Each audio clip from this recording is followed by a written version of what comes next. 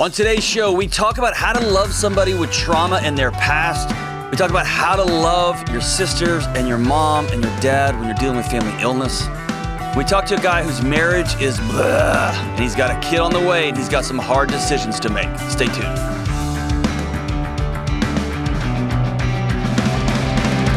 Hey, what's going on, everybody? This is John with the Dr. John Delony Show. Hope everything in your life is going all right. It's probably not, but it's a good way to start from there, right? Why is that? It's probably not. Everything's probably not going great. I'm not trying to be ugly, James. James just started laughing at me like, oh, wow, way to lift everybody's spirits, idiot. I loved it. You didn't. I saw Kelly just go, wow. So good. I hope everything's going good, and it's probably not. There's probably something going on. There's probably some economic challenge or personal challenge or family boundary challenge. It's like you might as well come on and be like, hey, this is the John Delony Show. Your life probably sucks. It probably does, but that's all right. That's all right, because we're all having lives like that together. But, whatever. Your life might be wonderful, and if it's wonderful, good. I'm glad it is, and I'm rooting for you. I'm cheering for you. Way to go. But someday soon. Just kidding. I'm glad it's going awesome. Hey, if you want to be on the show, we talk about mental health, relationships, good news, right?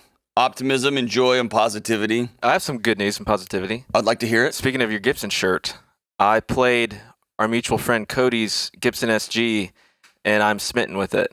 And so I kind of get it. I mean, I can't afford them because they're so expensive, but... Here we go with the old we don't make enough money thing. But, hey, listen. Number one, I accept your apology. I realized what that was. No, it wasn't an apology. And I accept your concession. And so for the listener, James and I are in a new band together. We're incredible. I don't really know how to say that humbly, but we're incredible. The chances of us still being in this show next year is low to quite low because we'll have a pretty incredible record deal. And but I do love looking across the room at James ripping on that Gibson SG, and your little Fender Telecaster is just tucked nicely in its case. Hey, you had nice things to say about my Telecaster. Your Telecaster was nice. I actually thought this morning it'd be cool if one of our shows you played a Gibson, I played that, and then I thought I just can't do that. But your Telecaster is really nice. What I'm saying is I think we've come to a mutual understanding about Gibson and Fenders.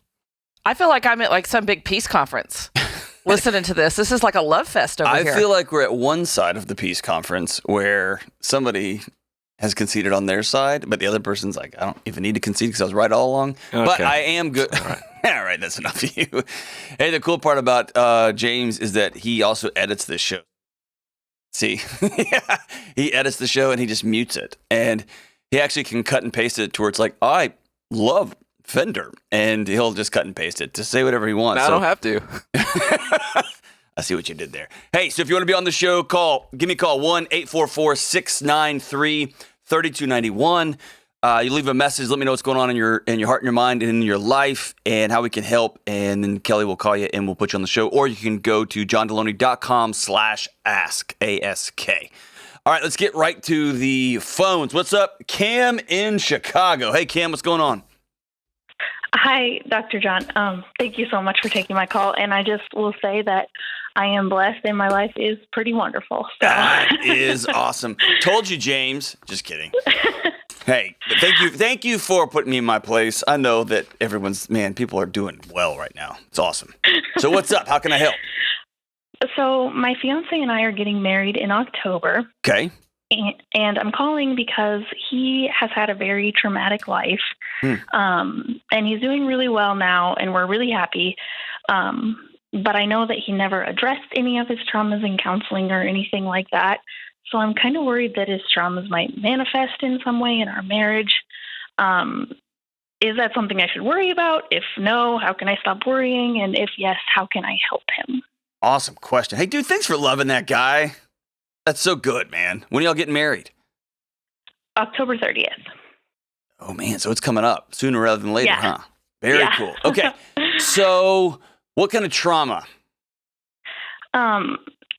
Everything under the sky. So I've heard you talk about the ACE. Mm-hmm. ACEs. Scale. Yeah, that's right. And I I looked at it and I had him look at it with me, and I knew before showing it to him that he was going to be high on it because he's told me a lot of things. But what was his score? He's a 9 out of 10. Whoa. Yeah. Whoa. So everything under the sun, literally. Yeah. Yeah. Wow. And he's an amazing guy, huh? Oh my gosh. Yes. He's incredible. So what would if you were telling a story about him, what would you attribute that connection between a 9 out of 10? So for those who don't know, the ACEs score, the Adverse Childhood Experiences Scale, I think it was developed by Nadine Burke-Harris, just a brilliant doctor. I think she's the Attorney General now in California. Not the Attorney General, I'm sorry, the Chief Medical Officer of California. Just an extraordinary practitioner, researcher. What an incredible heart. She wrote an awesome book called The Deepest Well. I recommend everybody read that book. But she came up with I think her and her team came up with the Adverse Childhood Experiences Scale. It's a 10-question scale, and it's simple. Like, were you in a house of divorce? Did anybody in your home go to jail? Were you ever abused, etc.? And man, if you have a 9 out of 10, the predictive nature that you are going to have some major challenges, everything from cancers to strokes to heart disease to psychiatric issues, etc., is statistically through the roof, right? And then now you're calling me, telling me you're going to marry this guy and he's wonderful. So if you were telling this story, how would you attribute that? What would you attribute his wonderful character and nature to? Well, he always says that him and his siblings had a way of looking at the adults in their lives and like taking it as an anti-example. Huh. So that's sort of what he says. I'm not really sure. I mean, he met the Lord like last year and got baptized. So he has a spiritual foundation? Huge. Yeah. Okay. Yeah. Before that, he didn't at all. Like, he didn't even believe in God. So I've noticed like a really big change in him since then. Okay. So that's awesome. How old are you guys? He's 29 and I'm 27. Okay. Wow. Almost 30. Wow. So here's a couple of things. So if I love somebody who's got a 9 out of 10, if it's someone who I'm married to, one of my best friends, I would look at that as highly predictive, but not prescriptive, and meaning not predetermined, right?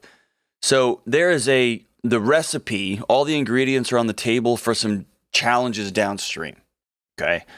And it's something that I would if I loved this person, I would highly recommend that that you create a life that would be supportive and preventative, okay? Sometimes trauma pops up in weird ways, like after your first kid, or after you get fired for the first time, or there's a big catastrophic event, whatever that looks like. And sometimes people are just resilient and strong and powerful, and they've got great people in their lives, and they've got a good spiritual connection, and they really take care of their bodies, and they sleep well. And so those of us who don't have a 9 out of 10 on the scale, what we end up doing is we flinch every time they're in our presence. And 9 out of 10 that's a lot. Most of us have somebody that we love whose parents were divorced, or who may have experienced abuse, or maybe were sexually assaulted in college, or were in a bad car wreck. And what we do is we anticipate in that person's life and almost create a self-fulfilling prophecy where we walk around with velvet gloves we don't want to ever disturb. And so we keep secrets, or we don't want to bother them, so we hold on to stuff. Or we're really struggling, but we don't want to burden them because they've had a hard life and whatever. And so we hold on to this stuff. They sense that gap, and then their alarms kick back up, the old alarms that kept them alive. Does that make sense? Mm-hmm. And so what you don't want to do is to create a self-fulfilling prophecy where you spend your life looking at this person that you love through a magnifying glass, looking for evidence of trauma from childhood emerging, thereby creating a relatively tense home where you keep secrets from each other. You don't tell him everything. You don't lean into it. You don't demand that he be a great partner and a great husband and somebody who shows up and somebody who works hard, somebody who doesn't get fired. All these things, because the past becomes this excuse. And I loved the phrase, your past is a context. It's not an excuse, right? It gives you some idea as to why you may have an overinflamed body. You may not default to good sleep. You may withdraw when something gets heavy. You may have impulses towards anger or frustration or addiction, but that doesn't give you an excuse to then go down those paths. Does that make sense? Yeah. So here's what's going to be really important for you guys. Number one, you got to be really clear with one another. Real clear. Super honest. And I would recommend, I don't know how you can get more honest. I would recommend you guys having a default setting of honesty and connection now. Have you all gone through any sort of premarital counseling? We have met with our priest like a couple of times, but I was planning on signing us up for like actual counseling with a counselor. So think of it as this. You've got a family history of heart disease and obesity. And what you're going to do at an early age, you're going to graduate college, and you're going to be more attentive probably than most to not eating foods out of packages, to eating healthy whole foods. You're going to be intentional about moving your body and exercising, right? So, because you've got this stuff you got the ingredients in the fridge, right? And you don't ever want to just start making it. Same thing here. So you can set up preventative counseling, and what it is just learning tools. He doesn't have a model of what a healthy marriage looks like. And you might not either, even though you may not have a 10 or a 9 on the ACEs score, you may not have a good picture of it either. So what y'all are going to do is you're going to go learn new tools. It's like y'all taking a karate class where you're going to learn to be ninjas. This is going to be learning how to be married, right? And it's not because you're broken, not because you're dysfunctional. You're just learning new tools. And then you're going to really default to creating a life early on where sleep is important, friends are important, exercise is important, gratitude journals where y'all tell each other what you're grateful for, really being intentional with your spiritual communities, right? And then you not trying to protect him from your heart, your thoughts, your needs, your fears, your concerns. Does that make sense? Yeah, absolutely. Have you found yourself doing that in your relationship? I don't know if I have been trying to protect him, but I would say that I sometimes do think oh, is this a manifestation of his trauma? Projecting that onto him kind of. And do you see how that becomes a self-fulfilling loop? Yeah, absolutely. Where you project it and then he thinks, no, it's not. And now there's a gap. And then he goes back to some old habits to try to solve that gap, to which then you go, there's the trauma. And then the loop just gets bigger and starts spinning faster and faster, right? And so it's you trusting when you ask him, hey, you doing okay? And he goes, I'm doing awesome. That you go, great. And you don't start reading into that, right? Or if he says, I'm doing awesome. And then you can then say, you haven't come to bed the last 3 nights and you've been sleeping on the couch and you're playing a lot of video games. And since we have been to counseling and we know that withdrawal is one of the things that sends you down a tough path, I feel you starting to withdraw from me, right? And that he can not respond in anger. You leave me alone. But he says, you're right, I'm withdrawing. And then y'all can be right in the middle of it. Does that make sense? Yeah. That way there's no projection. There's you being honest. There's he being honest. And y'all are just in it and moving on. Yeah, that makes sense. And to his credit, I should have said this earlier, but he really has done a lot of work on himself, trying to cultivate a lot of awareness of what he does and, sort of his toxic thought patterns. Oh, and since this call's about you, really, I know you're calling about him, but really the call's about you. He sounds like you can't have a 9 out of 10 A score and just dust your hands and shake it off and be like, hey, cool, I'm doing great, right? Everything's good. He clearly has put in a lot of work, which is to his credit. Don't superimpose your fears on him. Be honest with him. Put your fears out on the table and say, hey, I get nervous about this stuff. I want to know what some of your toxic thought patterns are and some of your default settings are so that If I see them, I'd love to be able to put them on the table and say, hey, this is making me nervous or making me scared. It's when you feel nervous and scared and you decide, oh, I can't bring this up. That's the recipe for disaster. Or you bring it up and he says, no, it's not. Then that's a recipe for disaster, right? It doesn't sound like that's the trajectory y'all are on. I want you to have peace going into this, and y'all do the work up front when everybody's healthy, everybody's doing good. It's like going to the gym when you feel great, not waiting until you have the flu to start a workout program. But what a great heart. I'm so excited for you guys. Congratulations on getting married. After your wedding, shoot me a note that just says, hey, we got married. All is awesome here in Chicago. And Cam, we will be rooting for you guys. And for everybody listening, 2 big important takeaways. If you've got divorce in your life, if you've got, I'm filling in the blank here, family history of addiction, of heart disease, of whatever, of mental health challenges, and you're doing okay, you're doing well, set up a life while you're doing well that will buffer for when the hard seasons come, right? It's like building your house on a good, strong, firm foundation so that when the hurricanes come, and they will come, it doesn't blow over, right? So you've got a strong foundation for when some of these things come back, right? Good for you guys. All right, let's go to Jared in Iowa. Oh, I just said 2 things. That was one. The second thing is don't project. Don't project your fears onto your partner. It'll melt them. It'll melt them. All right, let's go to Jared in Iowa City. Jared! What's up, dude? Hey, good morning, Doc. Good. Hey, I almost made a Subway joke, and then I realized it's not funny anymore. So, good for you, Jared. All right. How old are you, man? 36. Did you get that growing up? Subway jokes?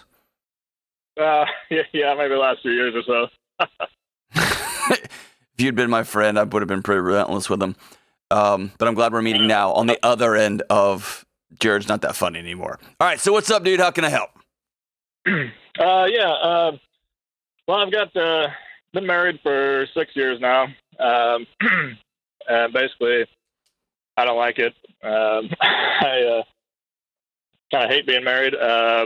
It's just been a terrible marriage the whole time. We've never really gotten along. It's never been good. We've found out throughout the marriage that we both kind of thought we made a mistake right after getting married.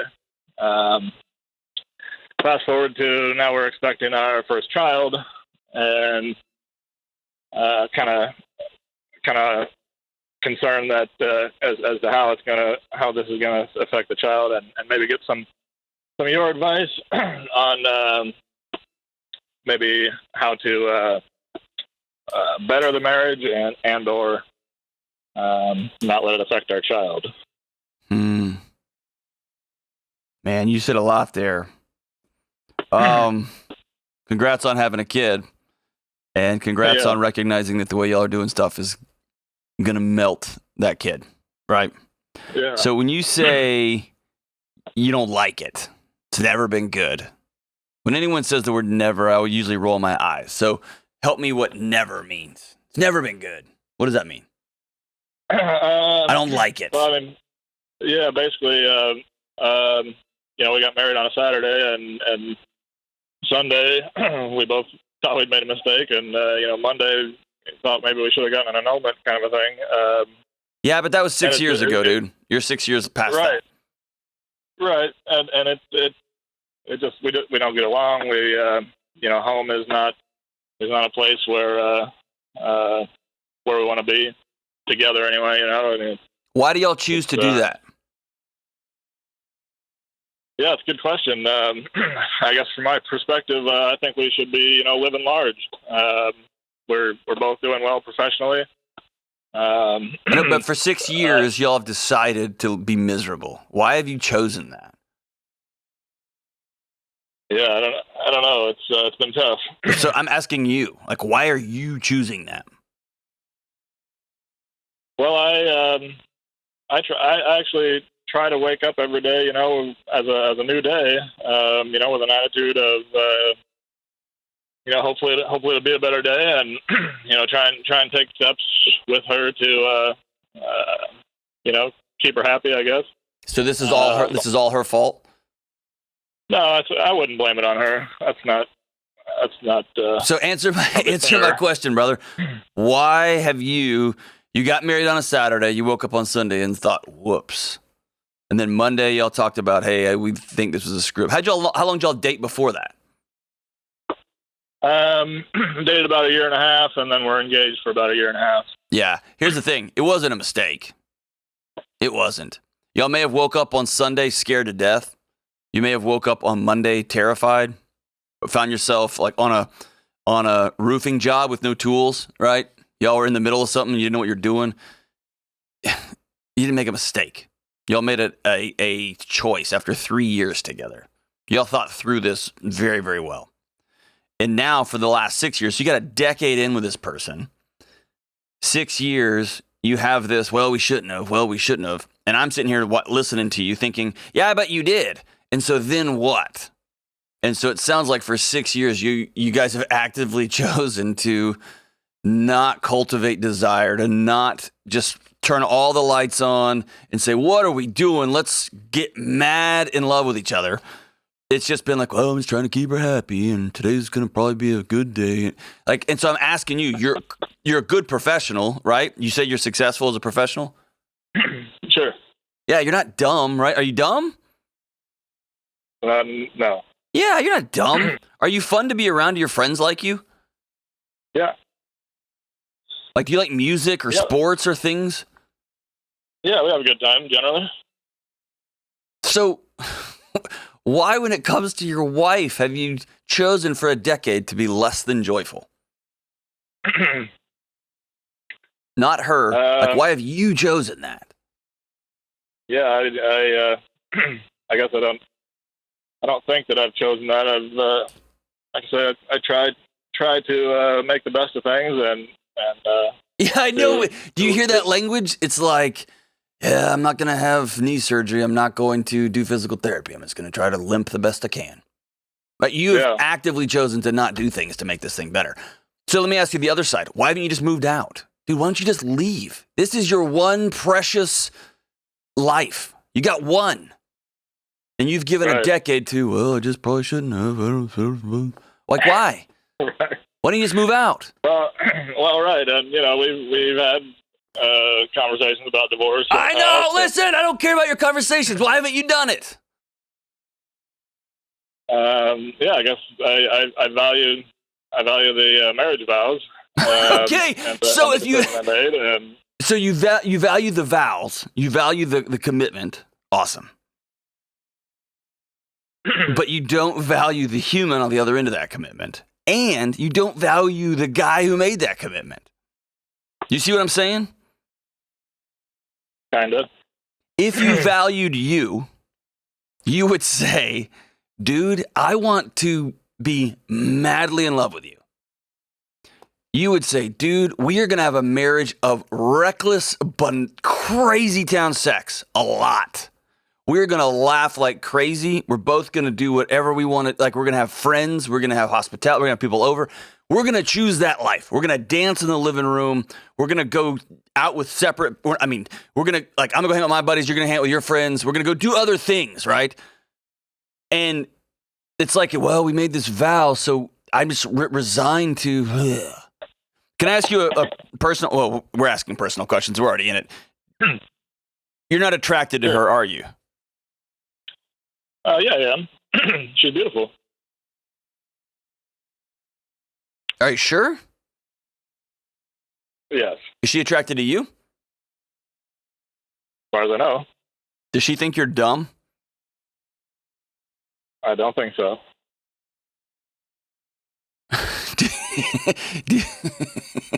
Do you hear the answers to the questions?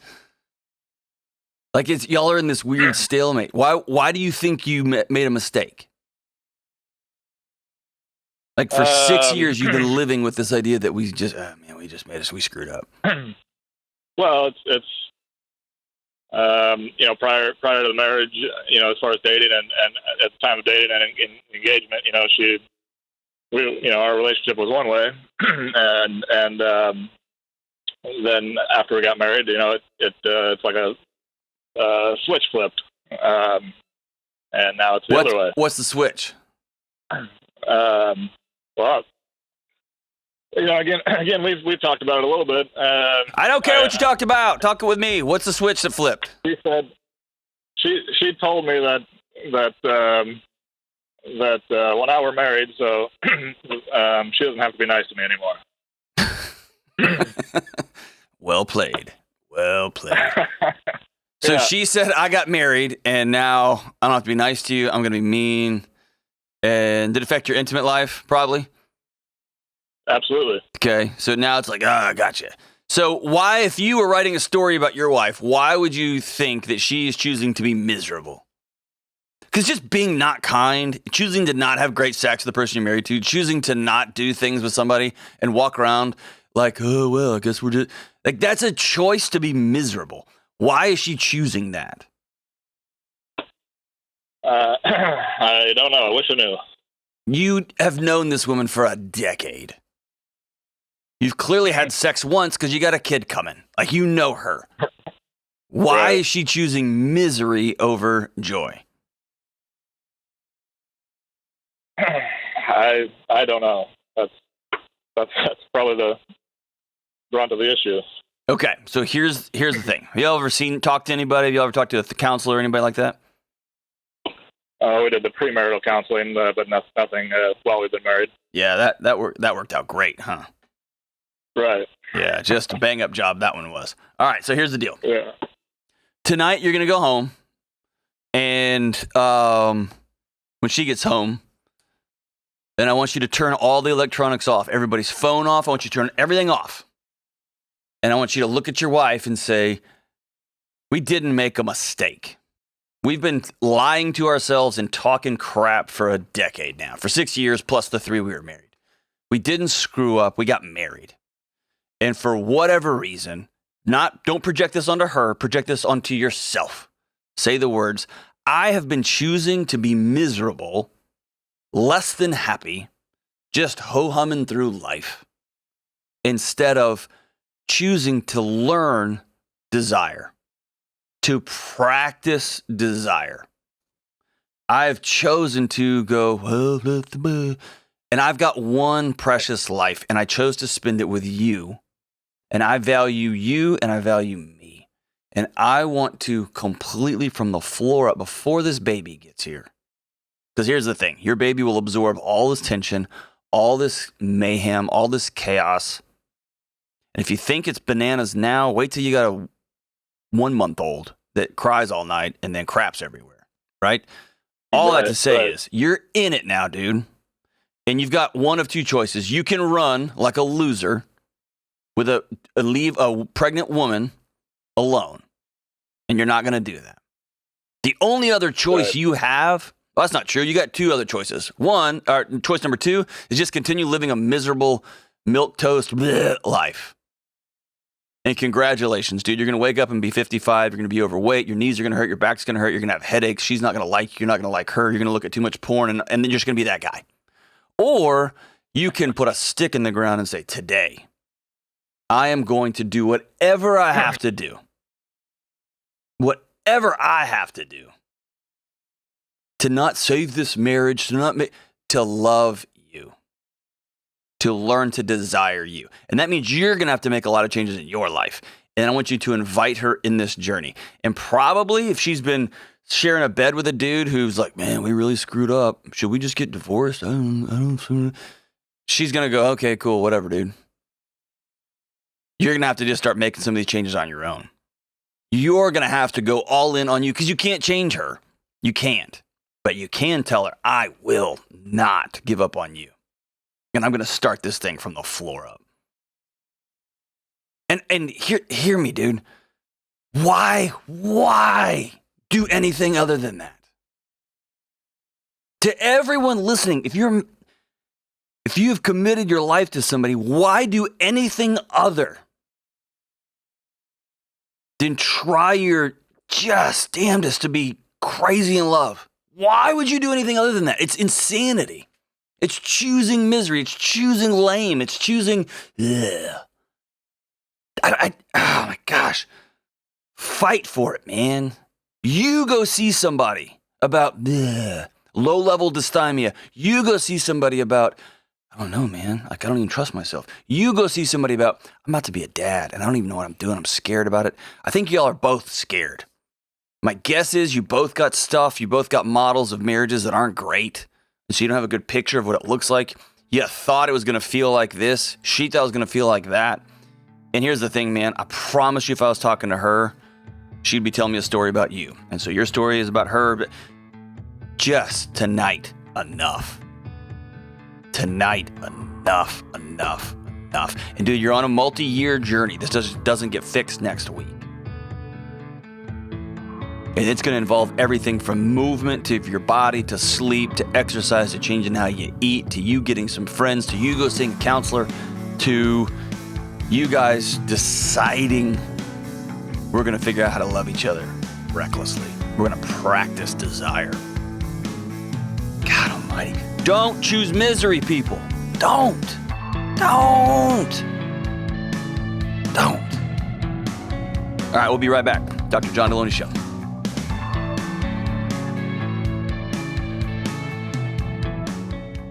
Hey, what's up? I want to take a quick break to talk about the most important question I'm asked almost every day. How do I find a counselor? If you can't find a counselor in your area or you can't afford one, I've got a solution for you. I've partnered with BetterHelp for customized online therapy, video chat, text chat, phone counseling. It's a licensed therapist whenever and wherever you need them. Go to betterhelp.com/Delony for 10% off your first month. It's cheaper and it's available all the time. This is for you, your family, and for everyone else that's coming your way. Take care of your mental health. Go to betterhelp.com/Delony today. All right, let's take one more call. Let's go to Megan in Milwaukee. What's up, Megan? How we doing? I'm pretty good, thanks. How are you? We are rocking and rolling. So pretty good. So what does that mean? Tell me what's going on.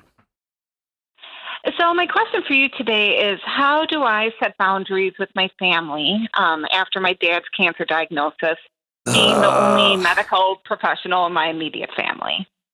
Oh, no. What a great question and what a miserable place. So tell me about your dad, man. So my dad was such a hard worker. I mean, he was the type of guy that would help anyone out, no matter what day, what time, he would always be there. So he was a guy who worked like 6-7 days a week, never complained, always, how can I help someone? And so this past fall, started getting sick, which he is typically never sick. So after a couple of weeks of in and out of the doctors, we found out that he had stage 4 renal cell carcinoma. Oh, golly, man. So what's the prognosis? Is there a timeline they've given you?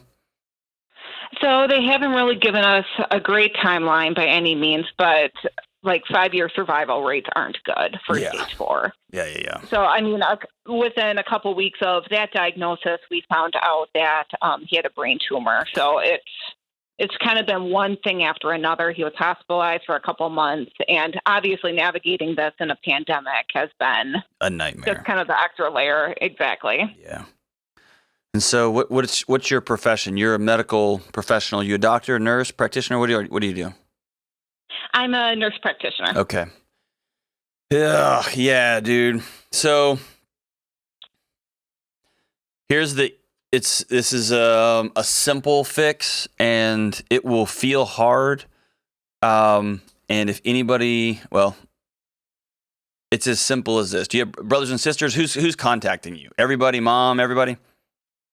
So my brother really isn't in the picture right now. He's had his mental health issues over the years. So it's really my sister and my mom. Okay. And pretty much, the calls initially were, what does this mean? How do I navigate healthcare? Right. Kind of the logistical questions. And now the questions I'm getting are more, for my sister, she's called me numerous times saying, well, when is he going to die? Is he going to make it till his birthday? Like some of those questions, which of course I don't have answers to. Right. And my mom kind of goes back and forth between, I just hear fear and, being overwhelmed constantly in her voice. Yep. And so she at times is saying, well, he's declining. I think he's going to die soon. Mm-hmm. And then other times it's, well, no one's giving us a straight answer, and you guys as healthcare professionals, and so sometimes it get looped into the you of healthcare. Yeah. And so you're trying to offer support while offering information, but yet, you know, especially during the pandemic, like I'm not at these office visits. Right. I've gone to, I think, one of his visits. I'm around, and like I work next door to the facility where he receives his care. So like I'm physically nearby, but I think the questions that they have for me, most of the time I don't have answers to, or the answers I have are not, you know, I think for both of my parents, they're thinking that there's light at the end of this, that, oh, well, cancer's not going to be around his entire life. Gotcha. And I'm seeing the other aspect where it's like, he may not be around in the next 5 years. That's right. And so trying to have some of those conversations while also not wanting to overwhelm my mom and also not having the full story because I'm not at all the appointments. Yeah. Whew. So it's really common for people who do this for a living, what you do, to be faced with it personally and have it be unmooring. Because you may have talked to 1,000 struggling moms or struggling wives who are looking down the barrel of becoming a widow, right? Or you may have met with thousands of people who get a prognosis that is not good, of whatever that happens to be. And then all of a sudden it's dad. And all of your academic training and all of your experience goes out the window because that's dad, right? And then everybody handles it differently. Just you describing your mom that's just ping-ponging through Elizabeth Kubler-Ross's stages, right? Like, I'm denying this isn't real, to, oh my gosh, she's going to die today, to, you people, I'm angry, right? She's in a grieving state, and she will be for the next 18, 24 months until this thing probably takes his life. And so I think at the end of the day, the best thing to do is to sit down with your mom and sister and be as honest with them as you just were with me. And let them know, hey, I am a nurse practitioner. One of the things I agree to do to people who I love is I will interpret. And so I'll be an interpreter. If somebody calls and says, hey, my kid just got diagnosed with this, or I just got this meds, what does this mean? I will say, this is what that means to me. Not going to give you counseling care for your kid. I can't be that person for you. I'm going to be your friend, right? I can't be my wife's therapist. Won't be. If she says, hey, I got this homework assignment, what does this mean? Then I might tell her, I might give that homework assignment to a client if X, Y, and Z. But I'm not ever going to be her I can't, right? And so I think it's sitting down and letting your mom and your sister know, hey, I'm grieving this with y'all, and I'm not in these appointments. I don't know. And this is my dad. And so I'm not going to be the nurse here. If you're comfortable with interpreting, right? If they can put you on speakerphone when a doctor is meeting with them, or you can step away and come over to a meeting just to interpret, great. But you don't need to be the person telling your mom that dad's got 16 months. That doesn't need to be your job. You need to be the daughter who hugs her mom when your dad gets a bad prognosis, right? Does that make sense? Yeah, it does. You know, it's one of those things that I immediately feel like when I'm getting a call from my mom or my sister that I'm taking off the sister or daughter hat and immediately putting the medical hat on because I know they're a mess. So, you know, you're trying to be like the strong person. And hey, not your job. But on the other hand, not your job. You know, I'm grieving this with friends and colleagues. Like, I don't feel like I can even grieve this with my own family. So here, a great, great gift you can give your mom and your sister is what you just said. This is my daddy, not one of my patients. And I don't work in oncology. You might work in oncology, but it doesn't sound like you're a cancer doctor. And I don't know. All I know is that my daddy's really sick. It doesn't look great. And I need my sister and my mom. And if we get some news, some kind of medical jargon, I'm happy to interpret. But I just need my sister and my mom right now.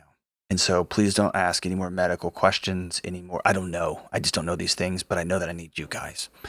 And I think that conversation among 3 women who love each other dearly and 3 women who are hurting in unique and different ways will be really powerful and important. And for whatever it's worth, Megan, I'm so sorry that your dad is sick. So sorry. Oh, thank you so much. He's a good guy, huh? Yeah, I mean, he's a guy that he doesn't say much, but, he truly, he gives the shirt off his back. He sounds like a 6 to 7 day a week working Midwestern male, right? Yeah, and so, I mean, for him, like, obviously I worry, obviously the cancer diagnosis in and of itself I worry about, but, he went from being an independent guy to a feeding tube and a walker, right. And so, I mean, everything's been stripped from him. And the way you just described that is a very clinical way. And that's how you're trained to work through these situations. I want you to allow yourself, whether it's with your husband, hopefully it's with your sister and your mom too, allow yourself to just sit in the devastation of this powerful, strong man who carried us through life, now on a feeding tube. Right? There's a part of that has to be witnessed. You've got to go through that process. Holding this at arm's length like you do with your patients is a recipe for this thing hanging on to you for the rest of your life. And so don't rob yourself of the grieving process. Get right smack in the middle of it. And it will make you an empathetic caretaker moving forward. It'll make you a great sister. But most importantly, you get to be a celebrating daughter of a guy who carried the family through and is slowly leaving us, man. I'm grateful for your call. And we'll be thinking about you guys. We'll be praying about you guys. And but I think it's going to be a powerful conversation for you. I really do. And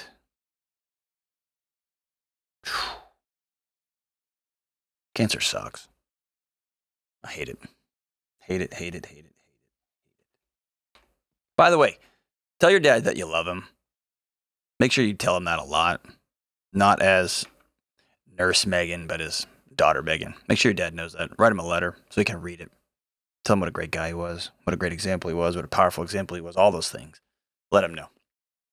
Oh, man. All right, so as we wrap up today's show, let's see here, man. Let's get some good lyrics to wrap up today's show. Oh, man. Hey, James, do you ever listen to the 2011, the Blink-182 record, The Neighborhoods? No. Man. Okay, it's got one of my favorite guitar riffs of all time, even through all the metal and punk. It's a slippery, good, really just remarkable guitar riff. One of my favorite songs ever. It's off the 2011 Neighborhoods record. It's a Blink-182 song. It's a very different Blink song. It's called Up All Night, and it goes like this. Everyone wants to call it all around our life with a better name. Everyone falls and spins and gets up again with a friend who does the same. And everyone lies and cheats their wants and needs and still believes their heart. And everyone gets the chills, the kind that kills when the pain begins to start. Did I get this straight? Do you want me here as I struggle through each and every year? And all these demons, they keep me up all night. They keep me up all night. Hey, put the bricks down, everybody, man. Don't let those demons keep you up anymore. Right here, Dr. John Delony Show.